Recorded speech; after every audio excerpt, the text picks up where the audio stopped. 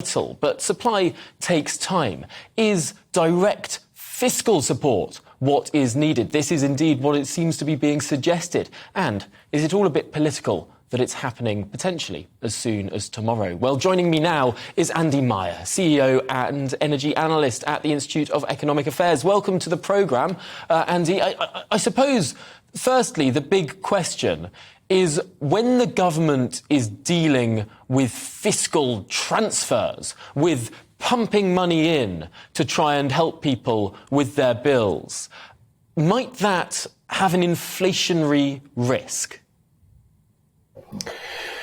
Well, transferring money around isn't in itself going to cause inflation. The issue with the welfare transfers is how the money is raised. And there, the speculation at the moment is the government is about to impose some kind of windfall tax on energy companies. It's just not clear yet whether that's going to be just on the oil and gas sector or across the board on the renewable generators as well.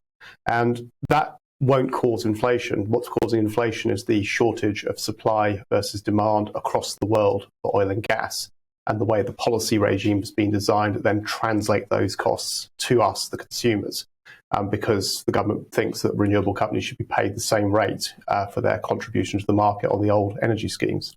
So it's not really the right question. The question there is if you start printing money in order to pay people to relieve the cost of living crisis, that is inflationary because you're trying to bring new money into the system, whereas moving stuff around with the fiscal measures doesn't do that. So to that extent, might a tax, potentially a windfall tax, not be the worst idea in the world? If that can move maybe only £2 billion, maybe it only helps those at the absolute very bottom of things. But surely that would help. I mean, it would certainly help those at the bottom. But again, you could raise that money in a myriad of different ways. And it's not obvious that this is the right time to be increasing taxes anywhere.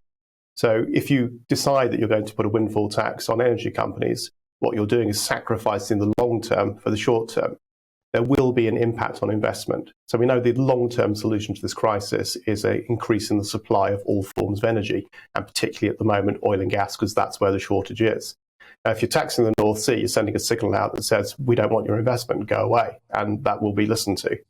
We saw yesterday the plunge in share prices of various renewable generators because of the mere threat that the government might be considering taxing them. So we know there would be an investment impact there. So the headlines around windfall taxes are very populist. It's great news headlines for the politicians. But in terms of economics, it's an absolutely terrible idea.